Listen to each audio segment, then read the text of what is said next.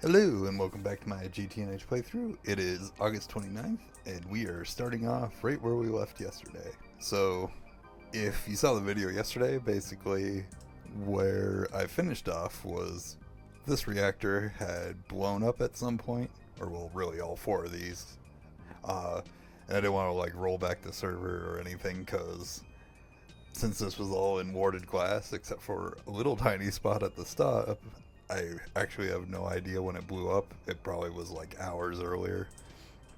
But the way I had it set up before, there was a small hole in the warded glass. I didn't realize that it literally blew a hole straight up through there. Basically, through these chemical reactors, through the staircase. So, spent a good amount of today just basically crafting and putting all this stuff back together. It wasn't the worst. I'm glad. I was a little worried. I didn't actually know, but I thought, or had assumed just because of like me- experience with mechanism in the past, that if one of these blew up, it would just like leave radiation lying around, but that doesn't seem to be the case, so I'm not too worried about the crafting costs. But, and also, kind of like a mini blessing in disguise, because the way this was positioned before, these were the first ones I set up and didn't really account for needing the warded glass on the backside, so I had it in the wall here and it just kind of looked tacky and bad.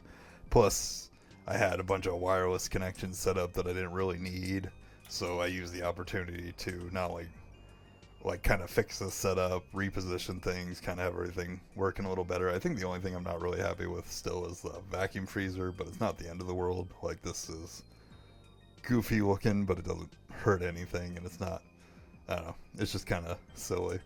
But still haven't quite figured out why it went off. I haven't changed any of the setting, and at this point, this guy's now been running for 5 hours or so. As, and I mean, it runs. I know it's running enough to drain power because it's got this else EEC as well as all four of these LCRs, three of which are all at IV. So it is using a decent amount of power, but I'm not so. Like I said, I'm not sure why it blew up, but got it all fixed. Some minor changes. So like I said, this was the first one, so I basically copied it straight from the Vac Nuke video. But like I said, I knocked out all the wireless. I added in this switch here, which if you just follow the video, which I do recommend you watch and follow, it's a great video, and it's really helped me figure out a lot of things that I didn't know about how these guys worked.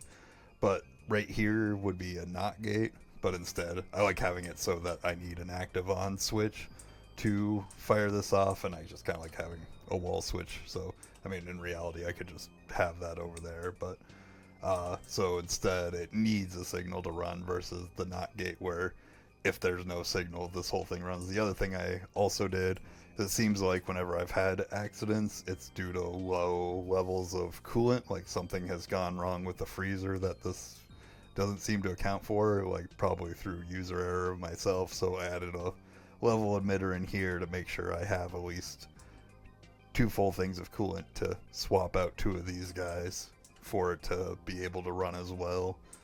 Uh, Maybe at some point I'll craft more coolant for all of them and have it so it has enough coolant to fully swap out all four nukes at once if something crazy happens.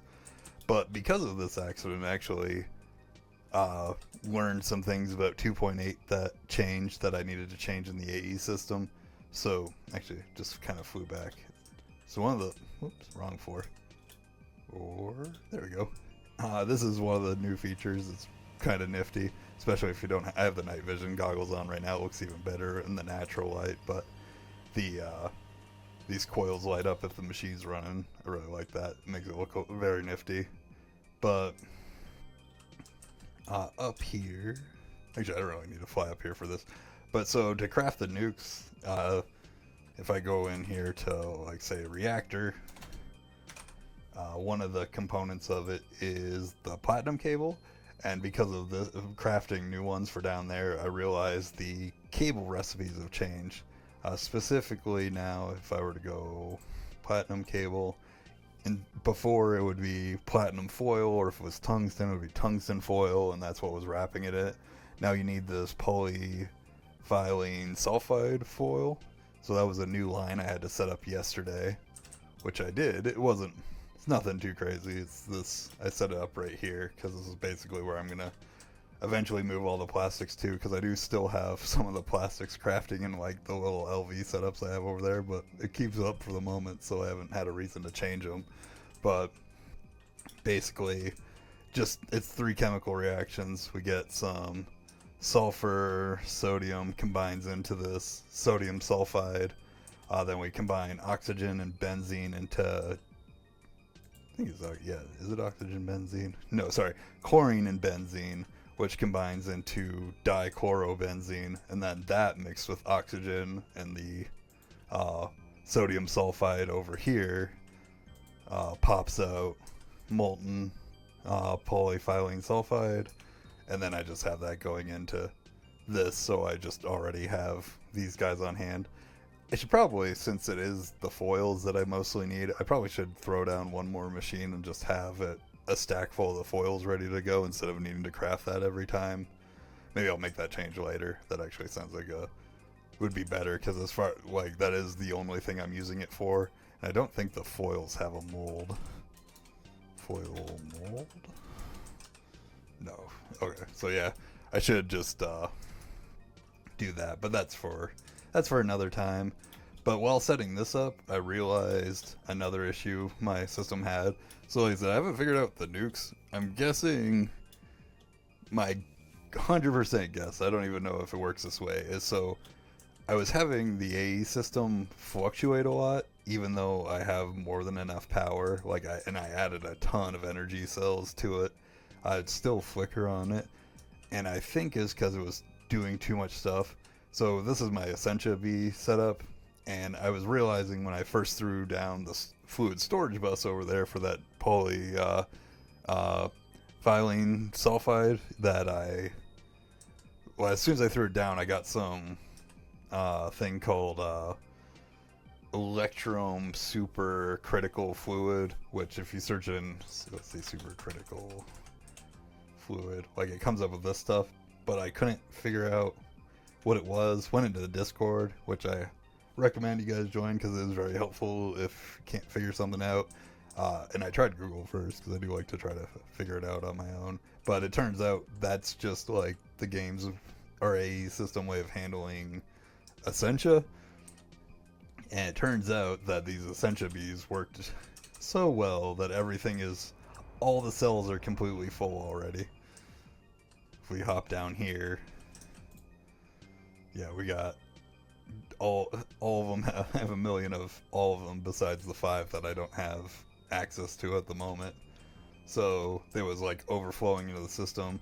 I tried doing this void jar because my thought was, hey, I'll do an Essentia storage bus over here with a void jar and that'll overflow it. But in reality, that doesn't work because it at least holds like the 64 Essentia before it starts voiding. In my head, I was thinking it would just void, and I do not want to throw down a void cell since this is on the main network, not its own little subnet. So there's potential for like disaster of items going in here and getting voided out. Turns out, though, when I was trying to figure out what to do, I happened to notice there's a void card. Void card. Right here. Overflow void card that works in there for the Essentia cells. So at some point, I'm going to throw this on all of those down there and reconnect the bees up, but for the moment, I'm just going to leave them disconnected from the network. A million of each type of Essentia is going to be just fine for me for a long time. Also, kind of a random note, this void jar recipe, for some reason, that specific craft does not work for me. Like, it'll put all the items on the pedestal, it'll make the void jar, and then this thing explodes. And it's only like a 2 instability recipe, so I'm not really sure what's up with that or why it doesn't work. But just to see if it was something with 2.8 or what, like I crafted a couple items in here, and these guys, all the other ones I have in here crafted just fine, so not really sure why this specific one doesn't work, especially when it's such a low key. It's only 4 items and super low instability. But anyways, not really important. I don't think I'll ever actually need the void jars because of those void cards. I did not do anything else over there. So I did, after I got the reactors fixed over there, I've been paranoid and jumping back and forth and checking all the other reactors, but I did put a roof on this building. Ended up going with these dark oak planks. I was going to go with dark sapling.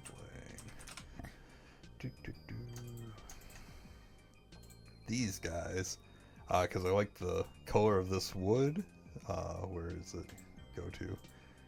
Like this, I thought this would be a cool color to clash with the limestone, but they spawn in an ominous forest biome or something like that, and I went for a while, not like too long, but I flew like 5,000 blocks out, and I was using the nature's compass, and it does not appear to be anywhere close to me. I did check the Discord again for that to see if it actually is something that can spawn or be generated in GTNH, and apparently it can. It's just super rare. I see when I was looking at the Discord, apparently it's a biome you need for some witchery stuff, but from the recommendeds, it seems like it's just easier to spawn the biome using witchery. So instead of wasting too much time on that, I just use dark oak planks, which I've used elsewhere. I am going to put another layer underneath this, though, like something that can't, because like if this gets struck by lightning or something, this will all burn, and then it'll expose the machines. But yeah, so on to what I actually did in here today. I pulled in A2, which already was there, cleaned up a little bit of stuff down below, but this area is going to be ore processing. So I did start moving all the items that I had gotten from the miners, which do appear to be depleted. I tore down the one miner I have in the regular overworld. I'll have to go collect the others and figure out what I want to put them on, but I'm not too worried because we have like compact chest on compact chest full of stuff and I don't have the infrastructure to process it at the moment. But basically what I got going on here, so this here is the primary A2 network. I did not want it to be flooded with items, that especially on processed stuff. I just want the final items in. So at the moment, all this network is actually doing, if you can see from the little quartz fiber, is providing power. And even right here, providing power. So what I got going on is this is the ender chest that everything comes in through. I might make a little buffer zone, especially till all this stuff gets caught up, but that's not really important right now, because I don't think any of the miners are currently running. I think they all depleted the resources. And basically what I got going on here is it's pulling out its items into some type filters. Only 2 of these are actually connected. I had originally put dust, and then I thought about it and think that might be a bad idea until I figure out some dust that I actually need to get processed. So all the crushed ore and impure ores are coming in here, and then they'll go this way into this network over here, and then everything else is coming over this network. But again, I didn't want to flood it with items, and I wanted to know when I had too much of something. So this actually, if you look, I've got a storage bus on an interface, and then this connected by a quartz fiber. This is actually technically its own little mini AE2 network, which if you don't have a controller, you can have up to 8 channels. So all I have right now on it's the export bus, a storage, this interface so I can see what's in here, and then this over here. And then if I end up needing more storage or space over here, I'll just plop a controller down with it. It's not too big a deal, but this is just kind of a proof of concept at the moment until I start throwing down machines and figure out all of what I need and how much volume and stuff. But because like this guy's actually full already, it's already got 63 of 63 types, but I just threw the interface down. There's so much random junk we get. Like some of this stuff doesn't need to be in here, and probably won't pop up from miners. But and then over here, so you see I got 2 controllers, so this is going to be its own complete like AE2 network where I've got a main controller and some subnets because I don't want to be limited to 32 channels. It might be fine for aura processing, but we'll see. It depends on how many like individual processes I end up needing to set up. So I got the standard setup where I've got the main controller, P2P tunnel, and then like this P2P tunnel just comes over here to my input stuff, and then I'll use different P2P tunnels to come from this controller probably to another controller on this side just for simplicity of wiring, and more P2P tunnels to everything like the most basic like ore washing to macerating and all that jazz. And I just threw this on here to see what we got. We got tons of, mind you, most of those chests are still full over there, and there's like 15 of them. We got like so much sulfur. But we got galena, which is good because galena and sphalerite were the main things I was after to that kind of started this. So between these two, should be able to get the. I'll probably set up indium first because I know that's something I need. Well, actually, I'll set up the basic like ore washer to macerator to centrifuge, or however it goes. Let's see, gold ingot just for example. Let's go over here. So yeah, we already have the crush because they're coming out of the miner, so they'll go ore washer to macerator to centrifuge. So just 4 on this front, and then I think the reason I like setting up like this is now I can like look at each one I have in here and be like, okay, I need it to go through this line of stuff or this line of stuff, and I'll just set up different lines or like different styles, like if it needs to instead go through like the thermal centrifuge line, or there's definitely stuff where I want it to go through mercury first, or this sodium persulfate, which is actually a chemical I still need to set up. I don't have any of this, and I haven't set up a process for it. I'm not sure how complicated it is, but so this is, like I said, this is my basic proof of concept, and got a lot of work to do. I think this is gonna be another beautiful weekend, so I don't know how much. I should say I will probably get the most basic of the lines going, and then the indium line will be my main goals, and then anything else above that will be just kind of bonus. And I think from there I'm gonna also kind of work on having some, what's it called, cosmetic stuff set up in AE2 that I don't like. You know, I've never set up iron doors, for example, to be auto craftable. So like this, the power plant over here has got just an open entrance, which I have the monster repellers going. Like down here I actually crafted an EV one for the first time, so this guy covers a huge range on himself. But just little things like that, some lighting, because I have the night vision on, but I prefer to play with like just the natural lighting of the game. But right now I don't have lights or torches anywhere, so everything is dark because I've kind of gotten spoiled by the monster repellers being on, so I don't have anything spawning anymore. But yeah, just little cleans up around the base. But I am gonna go get ready to play cards, and I hope everybody has a good weekend. Goodbye.